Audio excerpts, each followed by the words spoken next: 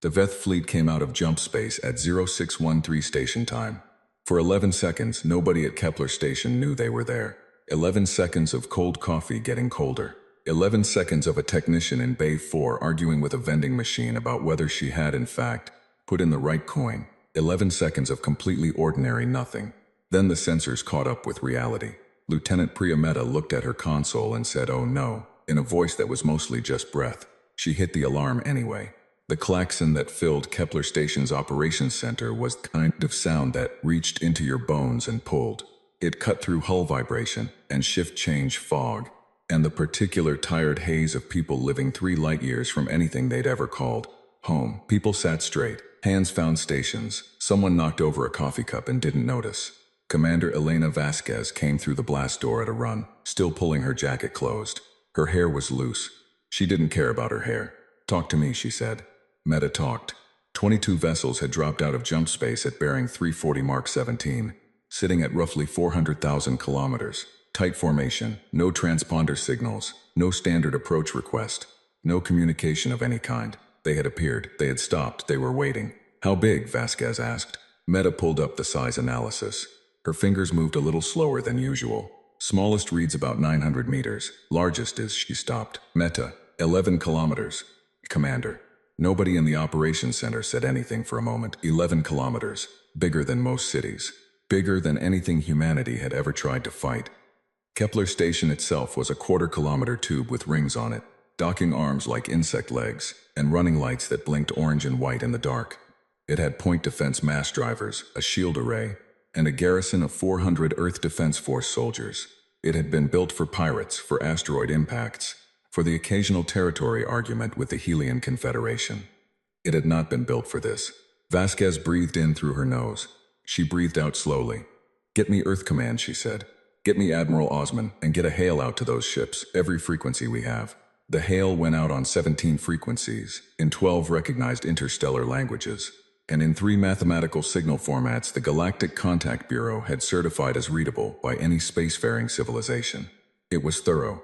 It was professional. It said, in as many ways as humanity knew how to say things, "We see you, we are here, talk to us." 12 minutes passed. The response came back not through any of those channels.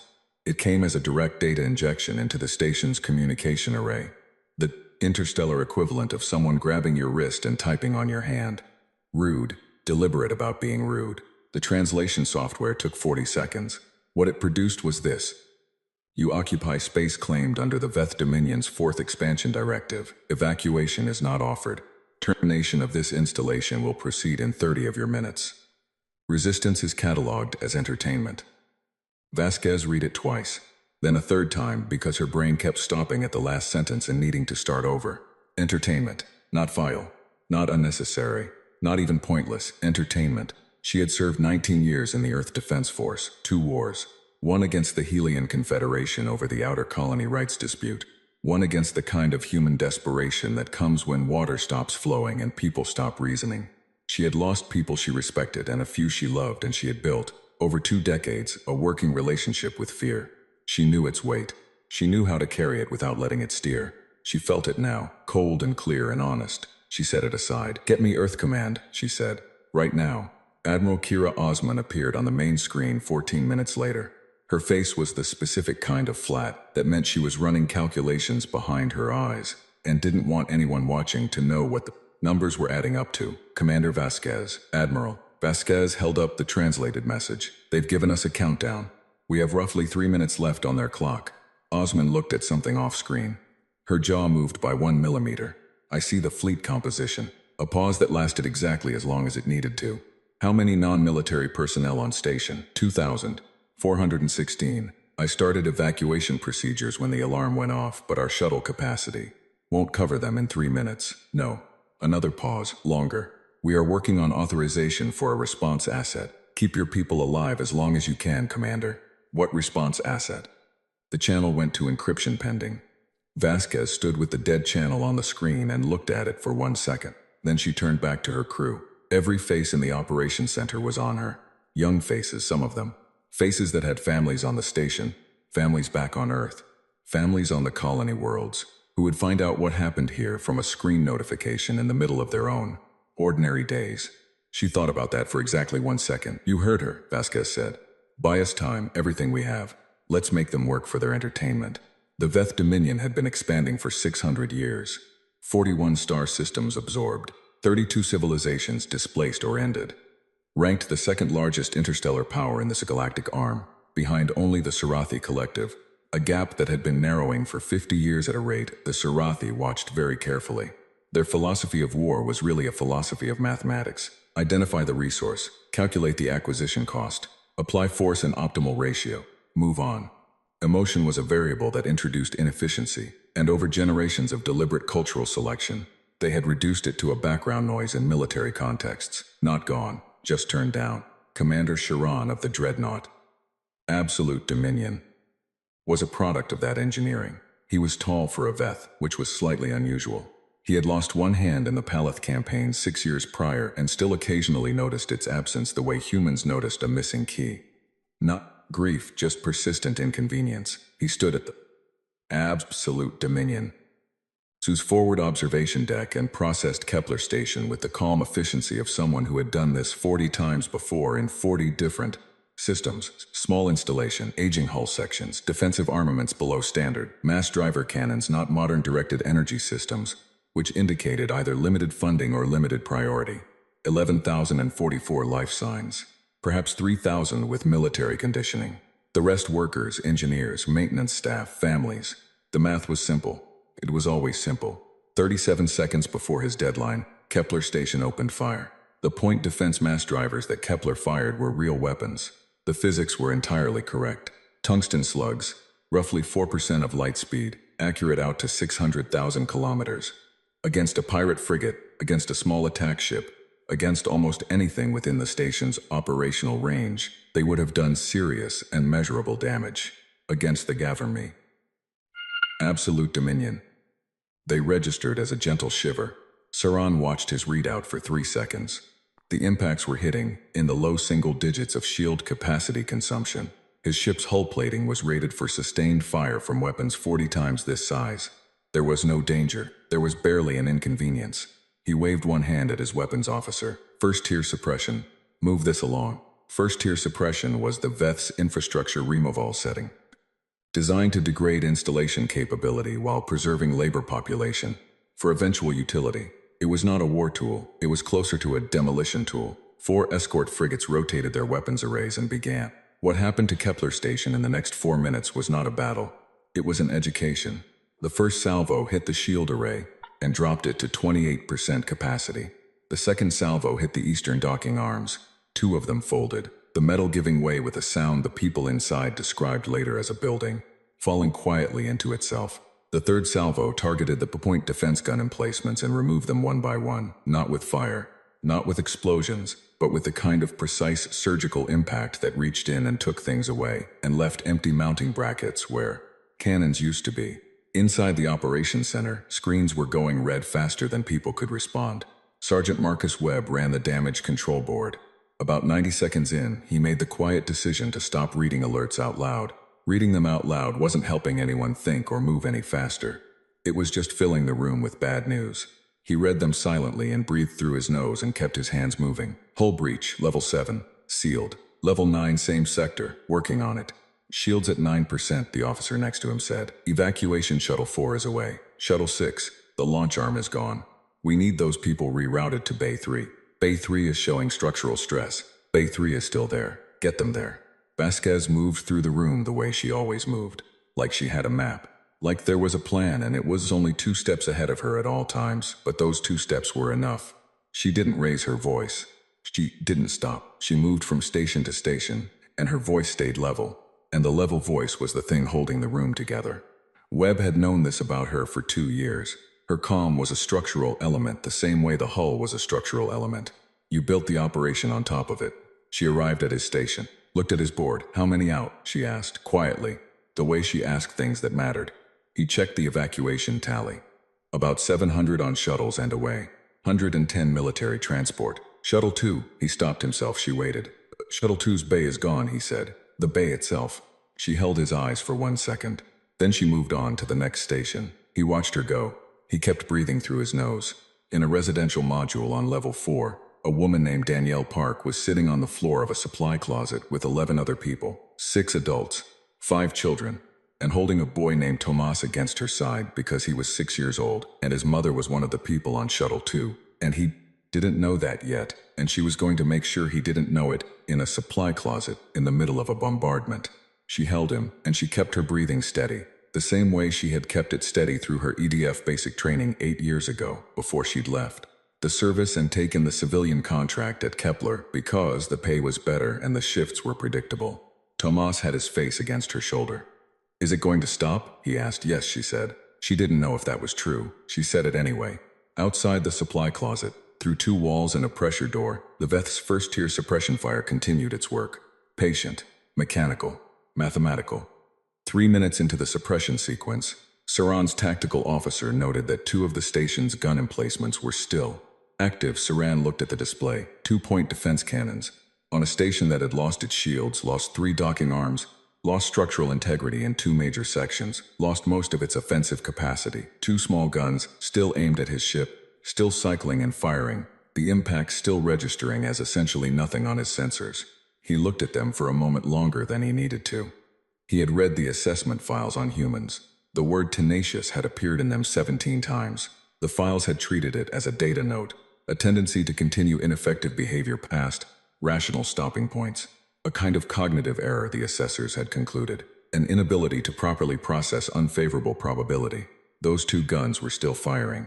Saran stood there and looked at them, and thought about the word differently for the first time. Not a cognitive error, not an inability to process. Something the assessors had observed but not actually understood. He filed the thought away.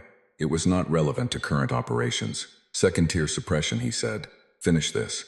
The message arrived on Vasquez's personal command channel in the moment between the end of the first wave and the beginning of the second, encrypted with a code she had been given at a classified briefing 8 years ago and had almost stopped thinking about. 4 words from Admiral Osman. "Sovereign is going hot." She stared at those 4 words while the first impacts of the second wave hit the station. The floor lurched hard to the left. Emergency lighting kicked in, red, low, the kind of light that made everything look like it was already on fire. Somewhere in the east module, something structural gave way with a sound like a door the size of a continent closing. She grabbed a handhold. She held it. Sovereign. She had heard that word in certain corridors, attached to budget line items with too many redacted sections, in conversations that paused when she walked in because she was not cleared for the rest of it. She had asked once, early in her career. She had been told she didn't have the clearance, and she had accepted that and moved on. Because there were 100 things above her clearance level, and most of them she never needed to know. Going hot. She knew what that meant. "All hands," she said over shipwide, her voice steady in the red light and the lurching floor, and the smoke that was starting to find its way through the ventilation. Deep hull sections. Center of the station. Emergency positions. Right now, don't wait for someone to tell you twice. Webb was looking at her. There was a question on his face that he didn't know how to ask. "Something we built," she told him. "A long time ago, when we were still scared enough to build it." She paused. "We built it instead of giving up," she said. "That's all you need to know right now." The second-tier suppression fire hit, and the lights went out fully, and the floor tilted, and the hull made a sound that was the sound of metal, deciding it had had enough. And somewhere to the east there was a pressure alert that the systems were already trying to seal. And in the dark, Vasquez gripped the handhold and didn't let go. She thought about those 2 guns, still firing at the end, registering as nothing, still firing anyway. On the deep-range sensor board, still running, still reading, pulling its data from passive arrays placed far out in the system's dark edges where nothing would look for them. A readout was updating. Far beyond the system's navigational edge in an asteroid field that had been slowly, carefully, secretly hollowed out over 31 years of classified construction work. Something that had never fired before was getting ready to fire for the first time. A barrel, 412 kilometers from breech to muzzle. In that barrel, a projectile the mass of a small skyscraper was beginning to move. Magnetic rings fired in sequence, each one handing the projectile to the next, and the acceleration was the kind of number that required scientific notation to write down and required something like awe to fully understand. The people of Kepler Station held on in the dark and the smoke and the red light. They did not give up, they held on. That had always been the thing about humans. Out in the dark, something their grandparents had started building. was about to show the Veth Dominion what that word, tenacious, actually meant when it was fully loaded and pointed at you. 31 years before the Veth fleet arrived at Kepler Station, a woman named Dr. Ingrid Solberg stood at the edge of a hollowed asteroid and looked out at the stars and said, to nobody in particular, this is either the smartest thing humanity has ever done or the last thing. Her project manager, a tired man named Yusuf who had not slept in 40 hours, said, can it be both? It could be both. It was both. The project was called Sovereign, and for 3 decades it had consumed more resources, more secrecy, more human stubbornness per square meter than any single project in human history. It had chewed through 6 Earth Defense Force budgets, 3 different political administrations that had tried to kill it, 2 directors of the Galactic Contact Bureau who had argued loudly that building it was a provocation, and 1 very thorough audit that had somehow concluded the asteroids in question were entirely unmodified. The people who built Sovereign were not idealists. They were not warmongers either. They were engineers and physicists and material scientists who had looked at the trajectory of the galaxy, at the Veth Dominion's 6th century expansion record, at the 32 civilizations that no longer existed, at the mathematical near certainty of eventual contact, and had asked a simple question: what would it take not to win a war? Winning a war against the Veth Dominion was not a realistic goal for a civilization that had only been in space for 140 years, not to deter them forever. Deterrence required the other party to believe the cost was too high, and the Veth had never encountered a cost high enough to stop them. The question was simpler and darker than that. What would it take to make them hesitate long enough to recalculate? The answer, after 6 years of modeling and 2 years of argument and 3 years of construction planning, was this: a railgun of sufficient size and velocity to be functionally unanswerable by any known Veth countermeasure, firing a projectile at a significant fraction of the speed of light, positioned in a location no enemy scanner sweep would think to look. Not a war. A statement, a single very loud, very clear statement. On the night the Veth opened fire on Kepler Station, the current director of Project Sovereign was a man named Colonel Adrian Bosch, and he was sitting in the Fire Control Room 0. 8 astronomical units from the station in a chamber carved out of rock and lined with cables, watching his readouts and waiting for a phone call that would either give him permission to fire or force him to watch 3,000 people die without doing anything about it. The fire control room held 8 people. All of them were watching their screens. None of them were talking. Bosch had been in this seat for 11 years.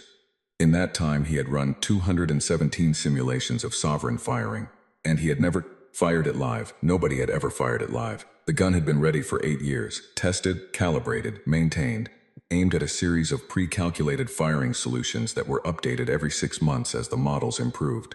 But firing it live meant using it, and using it meant the secret was out. And once the secret was out, everything changed. Everything was going to change anyway. His comm officer, Lieutenant Farouk, kept the line to Earth Command open and quiet. Every minute or so he would report the current status of Kepler Station sensor, feed, shields gone, docking arms gone, primary defense arrays gone, hull integrity declining across 7 sections, and the line would be quiet. Then another minute would pass and he would do it again. Station is reporting secondary power failure on levels 3 through 6, Farouk said. Bosch looked at the firing solution screen. He had 4 projectiles loaded, 4 rounds. The first was on the launch rails now, accelerating through the first 17 rings of the barrel, currently at 11% of target velocity. Once you began the acceleration sequence, you could not stop it, not safely, not without destroying the breach mechanisms and taking the gun offline for months. He had begun the sequence 12 minutes ago, on his own authority, because the math of the acceleration time required him to start before authorization arrived if he wanted to be ready when it was needed. If authorization didn't arrive, he would have a projectile traveling at 68% of the speed of light, heading into empty space. His screen updated. Kepler Station's eastern hull was venting atmosphere. Farouk cleared his throat. Colonel, 11 minutes to optimal firing window. I know, Bosch said. He stared at the phone. On Kepler Station, the fight had changed character. The Veth second-tier suppression had done what it was designed to do. It had broken the station's spine, structurally speaking. Half the power grid was gone. The shield array was offline. 3 of the 6 docking arms were either gone or too damaged to function. The East module was sealed off behind pressure doors because the East module was currently not sealed to anything. But the station was still there, and the people in it were still moving. Sergeant Marcus Webb had organized the remaining defense crew into 4 teams and sent them into the station's deep corridors with portable damage control kits and orders to seal anything that could be sealed, reroute anything that could be rerouted, and get any surviving civilian to the central core. He had done this not because Commander Vasquez had told him to, though she probably would have. He had done it because it was the obvious thing to do, and there was nobody else doing it. He was on his 3rd corridor when he found the children. There were 11 of them, ages roughly 4 to 12, in a maintenance passage between level 5 and level 6, in the care of a single civilian woman who had organized them into a quiet line against the wall. She was sitting cross-legged in front of them, keeping her back straight and her face calm. And when Webb's flashlight hit her, she looked at him with the kind of focus that meant she was working very hard at something. Bay 9 is still intact, he told her. Central core, follow me. She stood up and said simply, okay. Then she turned to the children. Single file. Hold the shoulder of the person in front of you. Like we practiced. Webb didn't know what they'd practiced or when. He didn't need to know. He started moving and 11 children and 1 civilian woman fell into line behind him and moved. Her name, he found out later, was Danielle Park. She had been EDF once. She'd left. She'd come back to it in this maintenance corridor, in the way that some things never really leave you no matter how far you walk from them. Commander Vasquez was in the secondary control room when the station's passive sensor array caught something. The secondary control room was smaller and lower and less sophisticated than the operations center, which was why it was still running. The operations center was on level 2, which was currently depressurizing. This room was on level 6, in the center mass of the station, between 2 pressure bulkheads that had both held. 3 screens were running. One of them showed hull integrity. One showed life sign distribution. One was the deep-range passive array. The deep-range passive array was not standard equipment on a station like this. Vasquez had requested it, and gotten it 3 years ago, citing routine navigational hazard monitoring. The real reason was that she had read the assessment files on the Veth Dominion, and had developed the habit of wanting to see further than she was supposed to need to see. Right now the deep-range array was showing her something that wasn't in the Kepler system. 11 kilometers. That was the size of the largest Veth ship. The sensor reading she was looking at was showing her a structure 0.8 astronomical units away. In the outer system, that was 400 kilometers long. She had not known it was there. She knew what it was. Her personal channel chimed. Sovereign is at 70% velocity. Authorization received. Firing window in 8 minutes. Keep your station intact, Commander. Osmond's voice was still flat, still running calculations, but underneath the flat there was something else. Not relief, not hope exactly. Something older.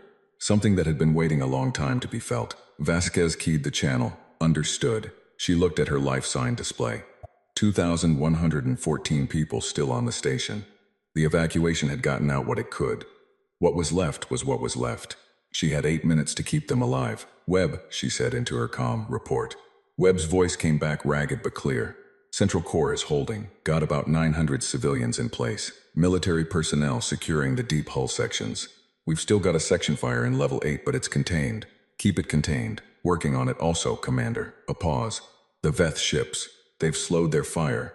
She checked the sensor feed. He was right. The suppression fire had reduced to intermittent impacts, probing strikes, rather than sustained demolition. She recognized the pattern from the assessment files. Post-demolition assessment. They were evaluating the damage they had already done, calculating whether the installation was sufficiently neutralized.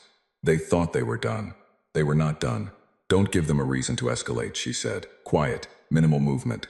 Keep everyone away from any hull section that might read as activity to their sensors. You want us to play dead. I want us to be alive in 7 minutes, she said. Right now playing dead is how we do that. In the Veth Tactical Center aboard the Absolute Dominion. The assessment was proceeding according to procedure. Commander Sharan reviewed the readouts with his secondary command officer, Vrath, who was meticulous and humorless in a way that Saran found professionally useful and personally exhausting. Shield array, offline, Vrath said. Primary defensive armaments, offline, power grid 61% disabled. Life signs, present but stationary. Concentrated in central hull sections. Assessment installation is combat ineffective. Resistance capability negligible. Saran studied the display. The station was still intact as a structure. It would need to be evaluated for labor value before a full termination order was appropriate. The Veth did not waste potential utility. 11,000 life signs had been in there at the start. Now his sensors showed roughly 2,000 in the central sections. The evacuation craft, he asked. We tracked 9 separate launches. 3 were destroyed during initial suppression. 6 achieved escape vectors. Pursuit is not standard protocol for small evacuation vessels. No. Sauron looked at the station, still sitting there, running lights still blinking on 2 of its intact arms. Emergency broadcast still cycling on the standard distress frequency, which told him the humans had not given up on the hope that someone would hear it and come. Nobody was coming. The nearest human installation was 4 light hours away. He thought about the 2 guns that had kept firing. What is the status of the evacuation craft that escaped, he asked. Minimal military value. Civilian capacity vessels. Short jump range. Their destination, Vrath checked. The nearest charted colony installation. Kepler 442b orbital station, 4 light hours. Sauron nodded. The message would arrive there in 4 hours and reach Earth Command in 12. He had 4 systems to process before this one could be formally inducted into the Dominion's 4th expansion directive, and he preferred to work efficiently. Begin boarding assessment protocol, he said. Prepare 2 personnel shuttles for installation entry. He began to turn away from the display.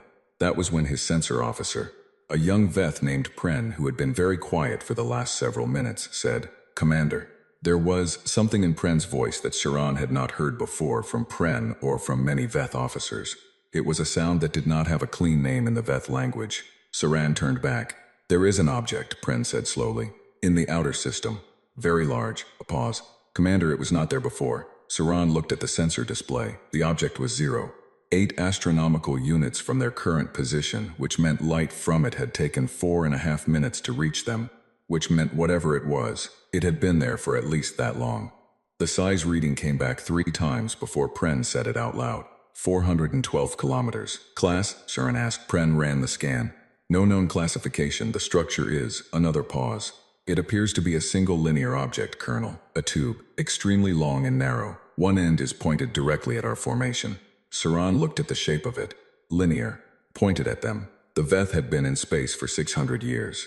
They had assessed dozens of civilizations, cataloged thousands of weapon systems, built threat models for every engagement type they had encountered. Sauron's tactical library contained information on 700 distinct weapons, platforms from 40 civilizations. He knew what a barrel looked like. He did not know what fired out of a barrel, 400 kilometers long, but he understood with sudden and absolute clarity that he did not want to find out from the receiving end. Combat alert, he said. His voice stayed level. All ships evasive. He did not finish the sentence. He didn't have time. Back in the fire control room carved from rock and silence, 8 people watched their screens, and Colonel Adrian Bosch watched his firing window indicator cross from amber to green. And he pressed the authorization key and said, very quietly, fire. The trigger completed. At the breach of a 400-kilometer barrel hidden in a hollowed asteroid in the outer dark of the Kepler system, a magnetic pulse of staggering scale released a projectile, moving at 68% of the speed of light into a path that had been calculated and recalculated for 11 years, toward absolute dominion. Toward the Veth fleet. Toward the math that had always said humanity was an acceptable acquisition cost. Toward everything that had ever looked at humans and seen something it could take. On Kepler Station, in the dark, Vasquez held onto her handhold and looked at her screen. The deep range array caught it, not the projectile itself, which was far too small and far too fast to see directly, but the electromagnetic signature of the launch. A spike on the sensor board so large it made the scale reset 3 times, before the software figured out what range it needed to display the number. In Webb's voice came over the comm. Commander, what was that? That, she said, was 31 years of someone refusing to give up. She looked at the timer on her personal channel. 4.1 seconds until impact. 3.9, 3.7. She held on. There is a thing that happens when an object the mass of a large building travels at 68% of the speed of light. It is not an explosion, not exactly. An explosion implies a contained release of energy, something that starts and finishes a bang. What happens when a kinetic impactor at 68% of the speed of light makes contact with another object is something else entirely. The energy released is a number that requires scientific notation. The physics are the same physics as any other impact: mass, velocity, transfer, just applied at a scale that the human brain is genuinely not designed to process without models and graphs and multiple sessions of sitting quietly afterward. The projectile that Colonel Adrian Bosch fired from Project Sovereign did not make a sound that anyone on Kepler station could hear. Space does not carry sound, but the electromagnetic signature of what happened next registered on every passive sensor array in the Kepler system, on 6 deep-range arrays that Earth Defense Force had placed throughout the sector over the last decade, and on 14 non-human observation platforms belonging to 5 different civilizations who had been quietly watching this system since the Veth fleet arrived, waiting to see how the math worked out. They were about to see how the math worked out. Commander Sarin had 4 seconds between understanding what he was looking at and impact. 4 seconds is enough time for a trained military officer to begin issuing orders. It is not enough time for those orders to reach every ship in a fleet and be processed and acted on. The physics of reaction time and signal propagation do not allow for it. He said evasive, and he did not finish the word. The projectile hit the absolute dominion at 0641 station time. Absolute Dominion was 11 kilometers long. It had been the pride of Veth Dominion's 4th expansion fleet, 12 years in construction, the most advanced military vessel the Dominion had produced in a generation. Its hull plating was layered composite armor rated for sustained heavy weapons fire. It had point defense arrays capable of tracking and neutralizing 12 simultaneous incoming projectiles. It had a crew of 4,311. None of these things were relevant. When the projectile connected, absolute dominion did not explode in the conventional sense. What it did was convert, a catastrophically rapid conversion of kinetic energy into heat, light, plasma, and a pressure wave that expanded outward at speeds that made fast a word that needed a moment to think about what it was doing in the sentence. The shift ceased to exist in a coherent form in approximately 0.003 seconds. The pressure wave that followed was the real problem for the rest of the fleet. In the fire control room, Colonel Bosch watched his sensor feed, the signal that returned from the absolute dominion, whose position was so large that his display's autoscaling had to recalibrate twice, the same way Meta's sensor board had recalibrated when she first read the Veth fleet's size, except in the opposite direction and with the opposite feeling attached to it.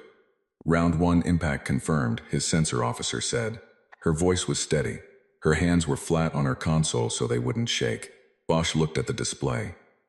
Absolute dominion was gone. The position it had occupied was now a rapidly expanding sphere of plasma and debris, but there were 21 other ships. Round 2, he said. The second projectile was already at 40% velocity in the barrel. He had started the second acceleration sequence 9 minutes ago, before the first round had fired, because the loading and acceleration cycle took 11 minutes and you planned ahead. That was what you did. You planned ahead. You built a 400-kilometer gun in secret for 31 years. You loaded 4 rounds and you planned the sequence before you fired the first one, because you did not know how many you would need, and you did not intend to find out by running out. The pressure wave from the absolute dominion B's destruction reached the nearest escort frigate in approximately 12 seconds. The frigate, dominant force, 700 meters, crew of 600, had been in standard formation relative to the dreadnought when the impact happened. Its pilot had processed the sensor spike, begun to compute an evasive solution, and had gotten approximately 0.4 seconds into executing it when the pressure wave arrived. The dominant force was not traveling at 68% of the speed of light. It was not a weapon. What the pressure wave did to it was more like what a storm wave does to a small boat, not the kind of thing that ends cleanly, but the kind of thing where structural integrity and physics and the specific unlucky angle of impact all make a decision together, and the decision is final. The dominant force lost its aft section. The forward section, still technically intact, tumbled into a new trajectory that would take it out of the system within 6 hours. The surviving crew, and there were surviving crew, had approximately 20 minutes of life support. 3 other ships in the outer formation had been close enough to the absolute dominion to take damage from the pressure wave. 1 lost its navigation array. 1 took hull breaches in 2 forward sections. 1 was undamaged but had, in the confusion, separated from its assigned formation position and was receiving conflicting course signals from its own systems. The remaining 16 ships were intact. They were also, every single one of them, attempting to do something they had not done in this system since their arrival. They were running. Sub-Commander Vrath had been the second highest ranking officer aboard the Absolute Dominion. He was not aboard the Absolute Dominion anymore, which was why he was still alive. He was on board Assessment Shuttle 1, 60 kilometers from the Dreadnought's former position, preparing to approach the station for boarding evaluation when the impact happened. The shuttle's sensor suite was minimal, short-range, tactical grade, not designed for this. What it registered was a flash of light so intense that the photosensor protection circuits engaged and cut the visual display for 1.4 seconds. When the display came back, Absolute Dominion was not there. Vrath sat in his seat and looked at the empty space where the largest ship he had ever served on had been 4 seconds ago. He was not an emotional being by Veth standards. His training had minimized that variable, and he had minimized it further himself because it was inefficient and he had always preferred efficiency. He had 412 combat operations in his record, and he had never had a moment in any of them that felt like what this moment felt like. The nearest word in his language was incomprehension. The state of not being able to form a category for what you were looking at. He looked at the empty space. He looked at the sensor feed, showing the remaining fleet in emergency scatter formations. He looked at the position marker for where the projectile had come from. His training reasserted itself. It always did. That was what training was for. Plot escape trajectory, he said to his pilot. Maximum thrust, outer system. Jump space entry as soon as we have sufficient distance. What heading after jump? His pilot asked. Vrath thought about that. The Dominion needed to know what had happened here. The Dominion needed to know that the humans had a weapon of this scale, and had hidden it, and had used it without warning, without declaration, without the formal statements of capability that every spacefaring civilization used to establish deterrence before resorting to direct action. They had hidden it, and then they had used it when they needed to use it. That was not how warfare was supposed to work. That was not the accepted format. But then, the Veth had told the humans their station would be terminated and had not given them the option to evacuate. Vrath filed that parallel away. It was going to need to be considered at length by people above his rank. Home system, he said. Emergency priority. Flag the transmission for the High Council. On 14 non-human observation platforms, the sensor feeds had just done something remarkable. Most of the species watching had been watching quietly because the Veth Dominion was powerful enough that neutrality was the only safe position when they were in your vicinity, even when what they were doing to a smaller civilization was difficult to watch. You stayed neutral. You observed. You did not intervene. That was how you survived in a galaxy where the second largest power had been expanding for 6 centuries. On the Sarathi Confederation's long-range observation post, Analyst Kashari was looking at the data her sensors had returned and doing the calculation 3 times because the first 2 times she had concluded she was misreading it. The third time she got the same number. She sat back. 1 projectile, 1 ship eliminated, the largest in the Veth fleet flagship class, 11 kilometers. 11 kilometers. She ran the energy release calculation. She ran it again. She had to look up the measurement conversion twice because the unit she needed was not 1. She used an ordinary analysis work. She sent the data to her senior analyst without a note. The data did not need a note. The senior analyst sent it to the Confederation's Intelligence Directorate within 6 minutes with a note that said, simply, the humans fired back. The second projectile from Sovereign hit the Veth battlecruiser. Eternal Claim. At 0653 station time. Eternal Claim had been one of the ships in the outer formation, 2,000 kilometers from the Absolute Dominion. His former position. It had begun evasive maneuvering 11 minutes earlier when the fleet went to emergency scatter. 11 minutes of maximum thrust acceleration. The projectile, traveling at 68% of the speed of light, had been in the barrel during those 11 minutes, already most of the way through its acceleration sequence. Bosch's firing solution had been calculated for the fleet's last known static position, then updated by his targeting team for the scatter vectors. The Eternal Claim had taken a scatter vector that his targeting officer had assessed as a 64% probability outcome. The assessment was correct. The Eternal Claim was 900 meters long, crew of 800. It had been in the Veth 4th expansion fleet for 6 years. It ceased to exist in the same way the Absolute Dominion had ceased to exist.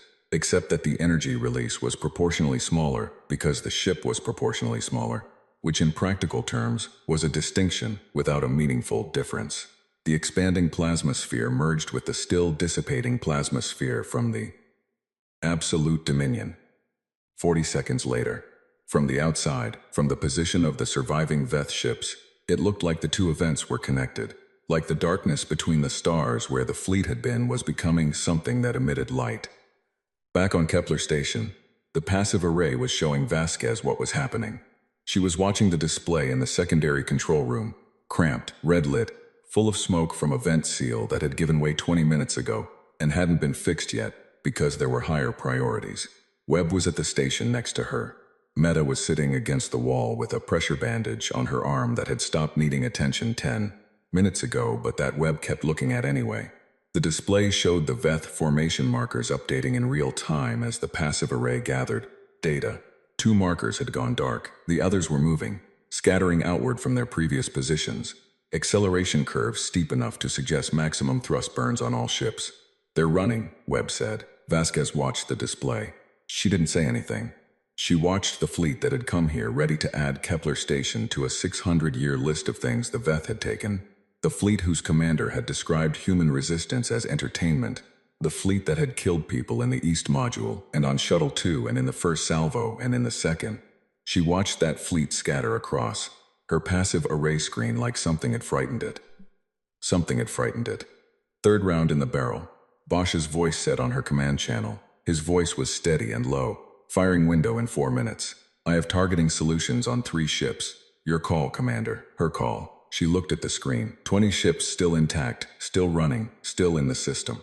4 ships with clear intercept solutions according to Bosch's targeting data. 4 ships that could turn around if they chose to and hit what was left of Kepler Station before Sovereign could cycle for a 4th shot. She thought about Shuttle 2. About the bay that wasn't there anymore. About Tomas, who was 6 years old and had his face in someone's shoulder. "Fire," she said. The 3rd round hit the frigate. Cold Patience. At 0704 station time, Cold Patience was one of the 4 ships that had maintained the closest formation to the absolute dominion. During the original suppression sequence, it was 900 meters. It had been part of the first-tier suppression wave. It had contributed to the destruction of Kepler Station's docking arms. It ceased to exist. The 4th round was already in the barrel. By the time it was ready to fire, something had changed in the Veth fleet's scatter pattern. The ships were no longer simply running on diverging vectors. They were communicating tight-band encrypted signals that the passive array couldn't decode but could measure. And then one by one, the surviving ships were doing something that no human in this system had expected to see. They were jumping. Not to a rally point, not to a regrouping position in the outer system.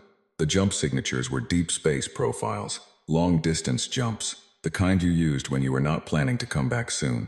18 ships remaining in the Veth formation. 18 jump signatures in 44 minutes.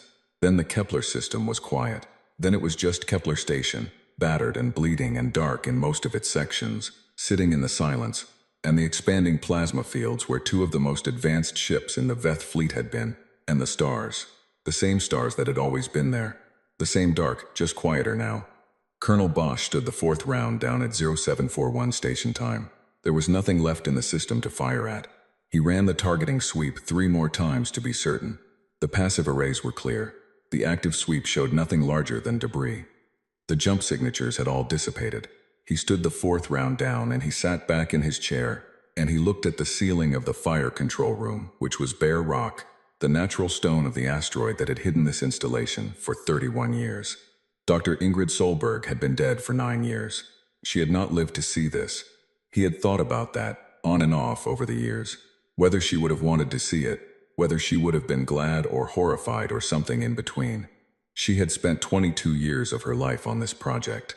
She had died of cancer at 71, on Earth, in a hospital that had never known what she had spent those 22 years building.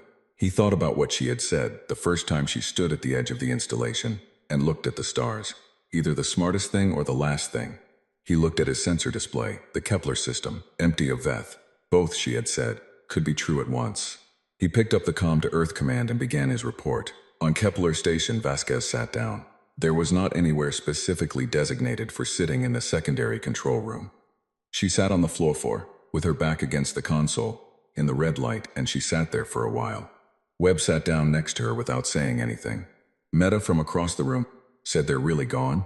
And Vasquez said yes, and Meta said okay, and nobody said anything else for a little while. 2,041 people were alive on Kepler Station. About 930 were not. Vasquez sat with that number.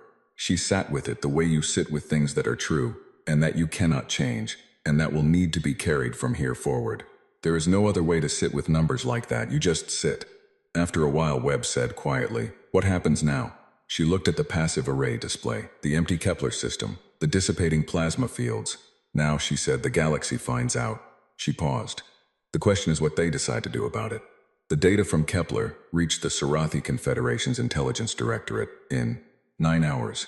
It took them 3 hours after that to believe it. Not because the data was unclear, it was extremely clear, thoroughly documented by 14 different observation posts, cross-referenced against each other until the margin of error was functionally meaningless. The data was not the problem. The problem was that what the data showed required a category of thing that did not exist in the Sarathi Threat Assessment Library. And creating a new category for something requires you to first dismantle the model that told you the thing was impossible. The Sarathi had been watching humanity for 40 years. They had rated humans as a developing civilization, promising in some respects, dangerously short-sighted in others, possessed of considerable individual resourcefulness, but limited in the kind of long-term strategic thinking that characterized stable interstellar powers. They had noted the railgun development, the early energy weapon research, the modular colonial infrastructure. They had assessed humanity's current military capacity as adequate for internal security and piracy suppression, and possibly sufficient for a low-intensity conflict with a second-tier power. The Sarathi Threat Assessment Library had no tier for what had just happened at Kepler. 1 weapon, hidden for 31 years, fired 3 times, 2 Veth capital ships and 1 frigate reduced to plasma, 18 remaining Veth vessels, including 10 that had not taken any direct fire and had not been in any danger, in full emergency retreat. Senior intelligence analyst Kashari had been awake for 22 hours by the time she sat down to write the report for the High Council. She had a habit, when writing difficult reports, of drafting the first sentence many times until she found one that was honest without being either dramatic or falsely calm.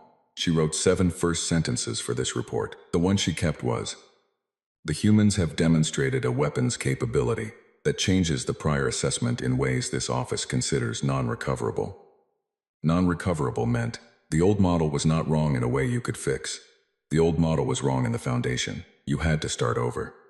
She sent it upward and got 3 hours of sleep and came back to her desk to find 17 response messages waiting from various council offices, all of which asked some version of the same question.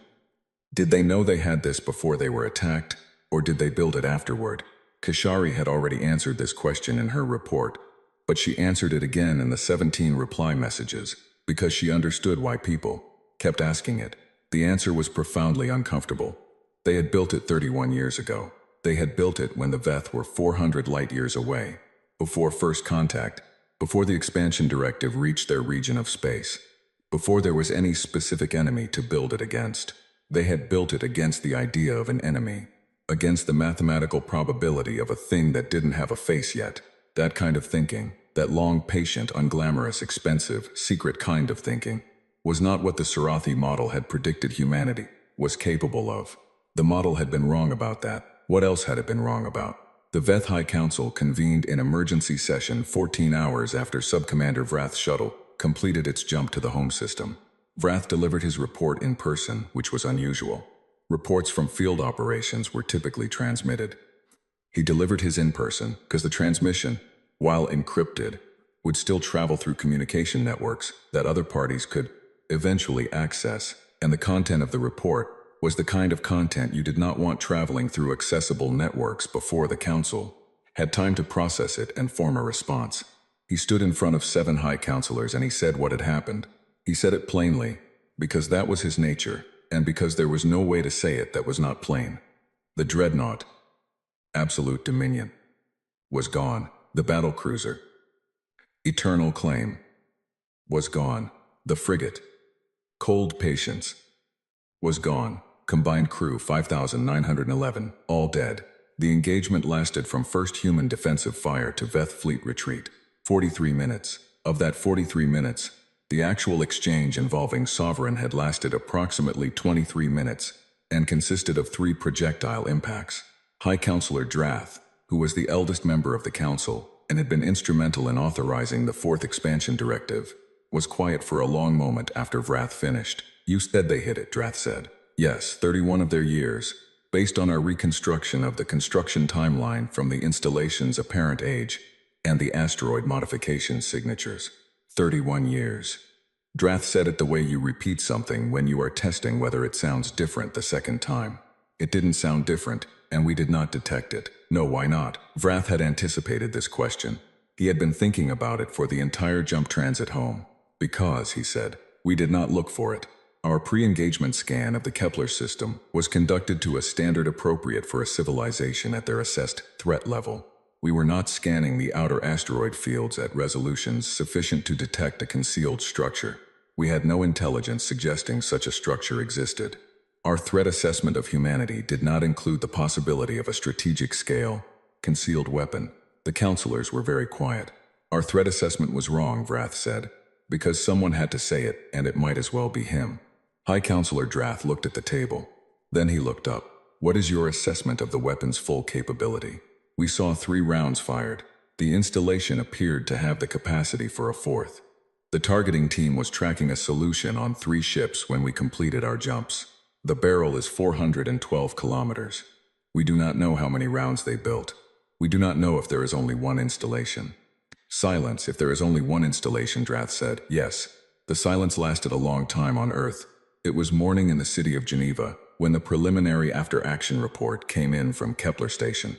Admiral Kira Osman was sitting in a glass-walled office in Earth Defense Force Command, and she was reading the report, and she was thinking about a calculation she had run in her head 6 hours ago when the first sensor data came in. A calculation she hadn't shared with anyone because the inputs were still uncertain, and she didn't state uncertain conclusions out loud. The calculation was this. The Veth had come to Kepler with 22 ships.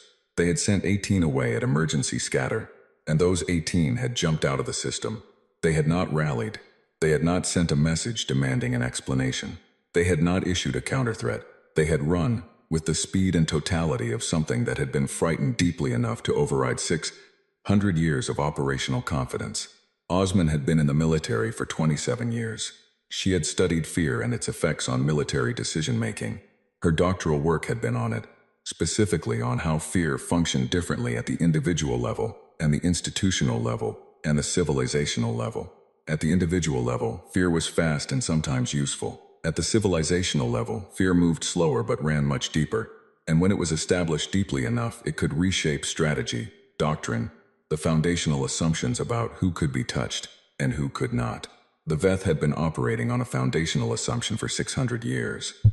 That there was no cost too high for them to pay, because no one had ever charged them a price they couldn't absorb.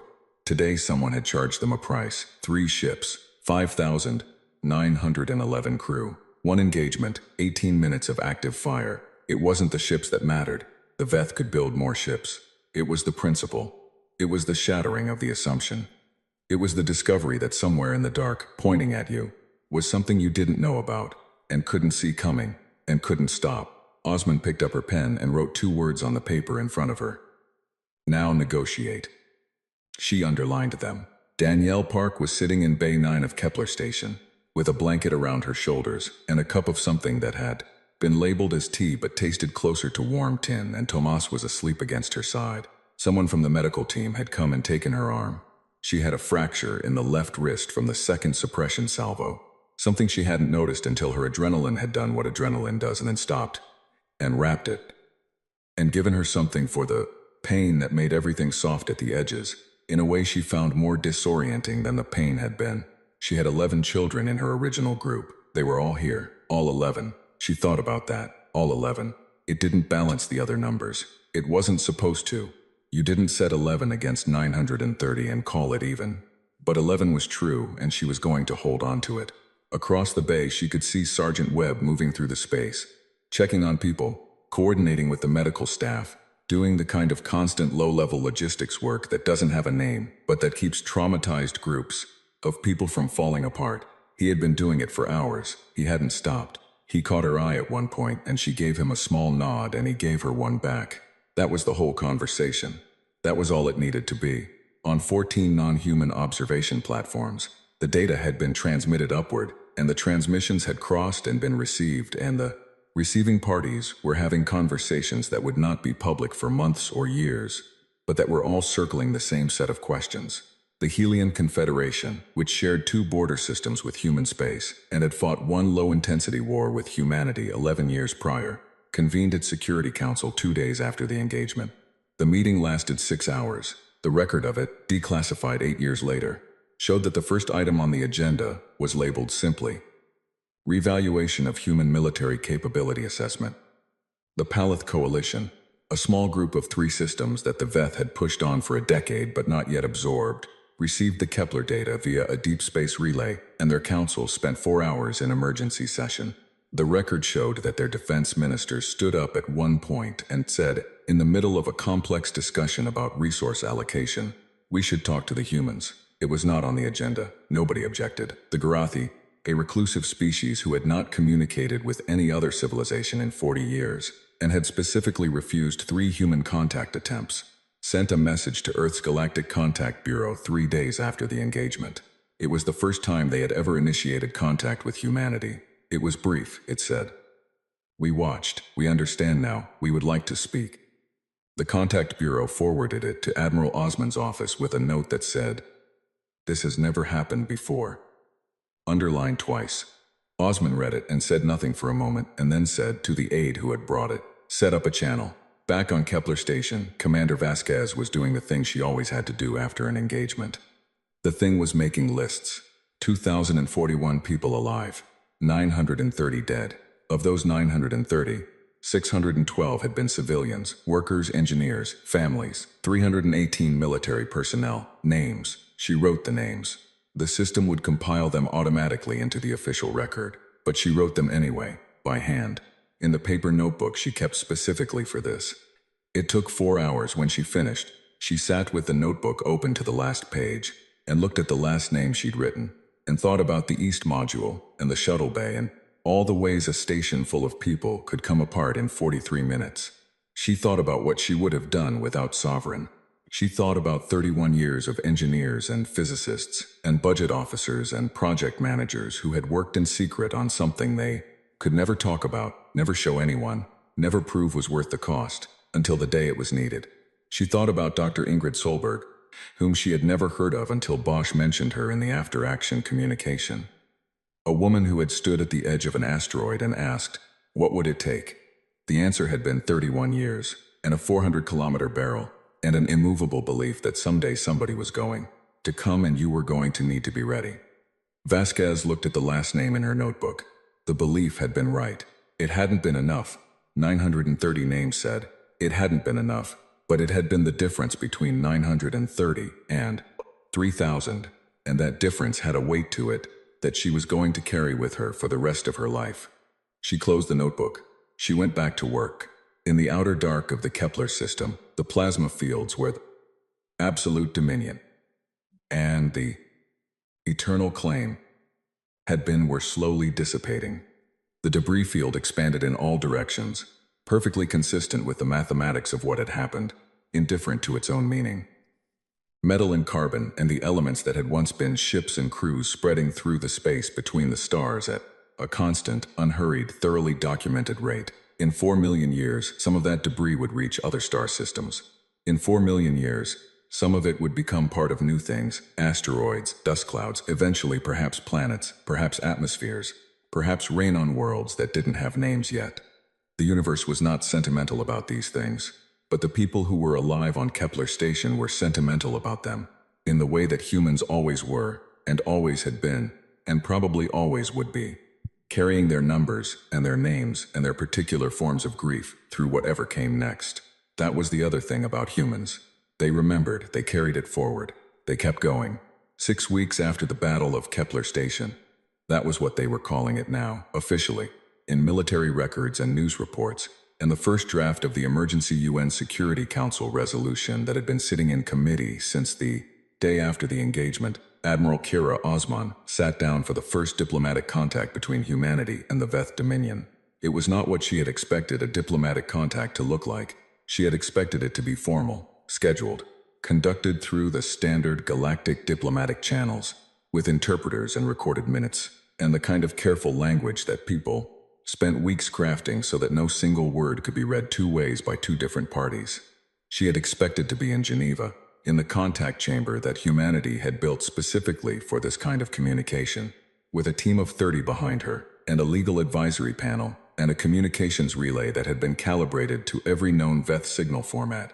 What she got instead was a direct transmission to her personal command channel at 0340 station time, while she was asleep. The translation came through automatically, which meant the sender had used a format her software recognized, which meant the sender had looked up how to send her a message she could read, which meant the sender had been thinking about this for a while. The message was not long. We are aware that you have one operational weapon of this type. We assess with high probability that you have more. We are asking whether you intend to use them. Osman read it twice. She got up, made herself coffee, and sat with it in the quiet of her quarters, and thought about what answer she wanted to give. The answer she gave after 40 minutes of thinking was not the one her legal advisory panel would have approved. She sent back, "We built them so we would not have to use them. You made us use them once. Whether we have to use them again is your decision, not ours." She sent it and went back to sleep. The response came back 4 hours later, which suggested that someone on the Veth side had also been awake at an inconvenient hour reading a message and thinking about it carefully. It said, "We would like to discuss this further." It was the most human sentence she had ever received from a non-human intelligence. She wrote back, "So would we." The formal discussions took 11 months. They were conducted through standard channels in the galactic diplomatic framework, with interpreters and legal panels and carefully crafted language. Everything Osman had originally expected. All of it preceded by 40 minutes of two people thinking alone in the quiet, and being honest with each other at an indecent hour, which was not how the diplomatic histories would record it, but was in fact how it started. Several things came out of those 11 months. The first was a formal cessation of Veth expansion operations into human proximate space, defined as any system within 40 light-years of currently inhabited human territory. Not a treaty, not yet. A cessation, pending further discussion, with the understanding on both sides that the cessation was in both parties' interest. The second was a mutual disclosure framework, an agreement that both parties would provide the other with information about significant new weapons, development, pending verification protocols that neither side was very satisfied with, but both sides accepted because imperfect verification was better than no verification.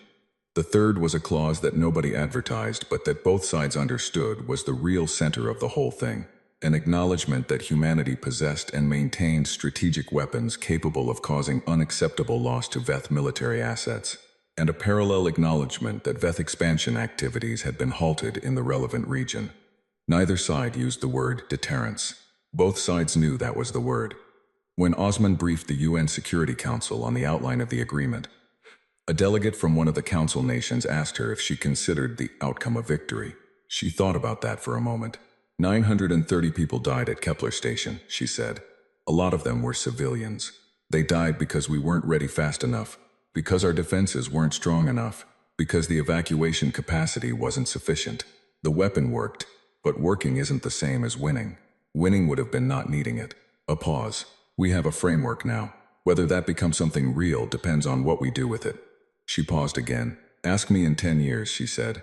Sub-Commander Vrath was reassigned after his report to the High Council. Not punished. His conduct had been correct. His report had been accurate. There was nothing to punish. He was reassigned because his assessment of what had happened had been the clearest and most honest of any officer who had been present at Kepler. And the High Council did not currently want their clearest and most honest officers in positions where they might influence junior officers to be similarly clear and honest.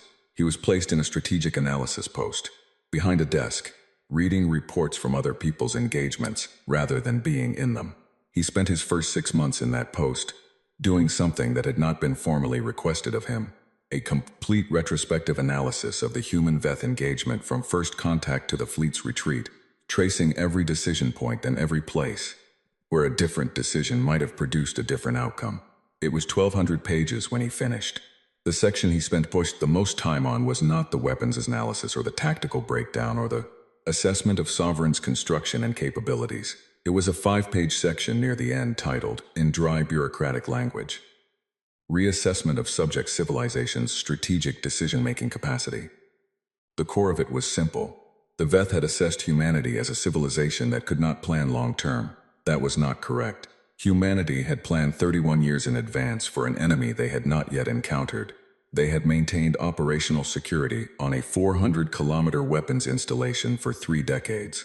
They had absorbed the attack on Kepler Station, sustained catastrophic damage, and used the weapon at exactly the correct moment, not too early, not when it might have been detected and neutralized before it could fire, but at the moment of maximum need and maximum surprise. That was not an absence of long-term strategic thinking. That was exceptional long-term strategic thinking, conducted in secret, at great expense, across multiple political administrations and budget cycles and personnel transitions, by a civilization that the Veth had looked at and seen something small and manageable. Vrath sent his analysis to the High Council and waited. 3 weeks later, a member of the council called him in to discuss it. The member's first question was, "How many other weapons do you believe they have hidden that we do not know about?" Vrath's answer was honest, as his answers always were. "I don't know. That is exactly the problem." Sergeant Marcus Webb took his leave on Earth, in Chicago, in the late summer, 4 months after the engagement. He spent the first week sleeping. Not in any troubled way. He would deal with the troubled parts later, with help he had scheduled. Just in the way that you sleep when you have been running on adrenaline and duty, and the particular focused energy of survival for longer than your body was designed to sustain it. He slept. He ate food that was not station rations. He sat on the back steps of his mother's house and looked at the sky, Chicago sky. Blue above the lake. Not the black of space, not the red emergency lighting, not the dust-filtered amber of a mining colony. Blue and wide and completely ordinary. He sat there for a long time. His mother came out at one point and sat next to him. She didn't ask anything. She was the kind of person who understood that questions were not always what was needed. After a while he said, "There was a kid, 6 years old. His name was Tomas." She waited. "He's okay," Webb said. "He's with his aunt now. His mother didn't make it, but he's okay." She put her hand over his. He looked at the sky. He had been thinking a lot in the months since Kepler, about the moment in the maintenance corridor when he had found Danielle Park with 11 children in a line. She had said okay, and turned around and organized them, and followed him, and not one of those children had panicked or been left behind. She had done that in the middle of a bombardment, alone, with no orders, using training she hadn't used in 8 years. He had been thinking about what it said that she'd done that. Not about her specifically. About the kind of people who ended up in places like Kepler Station, working contracts, mining colonies, refueling installations at the edges of where humanity had gotten to. Not soldiers, not heroes in any formal sense, just people who had enough in them to turn around in a crisis and do the next right thing. There were a lot of those people. The galaxy had looked at humans for a while, he thought. It had looked at the technology and the firepower and the strategic weapons. That was reasonable. Those were real things. But it was also looking at a species that put civilians in supply closets and told a 6-year-old yes, when it didn't know if yes was true. That carried notebooks full of names. That built guns for 31 years against enemies they couldn't see yet, and then sat with the cost of using them because sitting with the cost was what you did. That was also real. He stayed on his mother's steps until the sky went dark. Stars came out one by one. He knew some of them now in ways he hadn't before Kepler, knew which ones had systems around them, which ones were contested, which ones humanity was inching toward. There were a lot of stars. There was a lot of dark. Somewhere in it, humanity was still moving. Commander Vasquez was at Kepler Station when it reopened, not the old station, that had been assessed as too structurally compromised for full rehabilitation. A new station, built in the same position, on the same coordinates, same designation, same purpose. Faster construction than the original, because a lot of the preparatory work had already been done. Faster than you would expect if you didn't know how humans worked. 3,000 people had been on the old station. 4,000 were assigned to the new one. Nobody had asked Vasquez to be there for the reopening. It wasn't her command anymore. She had been promoted, moved to Earth Defense Force Strategic Command. given a role that involved a lot of reports and not much sleeping. She had asked for one day off and taken a shuttle to Kepler on her own, and she was standing in the new operations center, which was larger and better lit than the old one, and smelled like new construction materials and recycled air. Lieutenant Priya Mehta was there too. Mehta was the new station's senior sensor officer. She had come back. They stood in the new operations center and looked at the new sensor display, and didn't say much for a while. The passive arrays are better, Mehta said eventually. Good, longer range, different positioning. And we have 2 of them now, covering opposite sides of the system. She paused. We also have directed energy defense arrays, 4 of them. And the shield generator is 3 generations newer. Vasquez looked at the display, the Kepler system, showing clean on every frequency. And the evacuation capacity, she asked. Enough for everyone, plus 40%. Vasquez nodded. She looked at the console where Mehta had stood, 11 seconds before anyone else knew the Veth were there, and said, "Oh no," in a voice that was mostly breath, and hit the alarm anyway. The console was new. Different placement, different hardware, but the same station, the same people more or less, the same stars outside. "Good work," she said. Mehta nodded. The galaxy did not become safe after Kepler. Nobody had said it would. The Veth Dominion did not dissolve. The other civilizations watching from their observation posts did not disarm. The long, slow work of living in a universe full of other things that could decide at any time that you were an acceptable acquisition cost did not stop. What changed was smaller and, in the long run, possibly more important. The Palith Coalition sent a formal diplomatic request to Earth Command 8 months after the engagement. They wanted a trade agreement. They also, in a carefully worded annex, wanted to know if humanity would consider extending mutual defense consultations to small neighboring powers. It was the first time anyone had asked humanity for that kind of help. Earth Command spent 4 months discussing the answer. The answer they gave was cautious and incomplete and full of the kinds of qualifications that diplomatic answers are full of when the people writing them are being genuinely careful. But the core of it was yes. The Garathi, who had not communicated with anyone in 40 years, sent 3 more messages in the 8 months after their first one. By the 3rd message, they were asking about cultural exchange.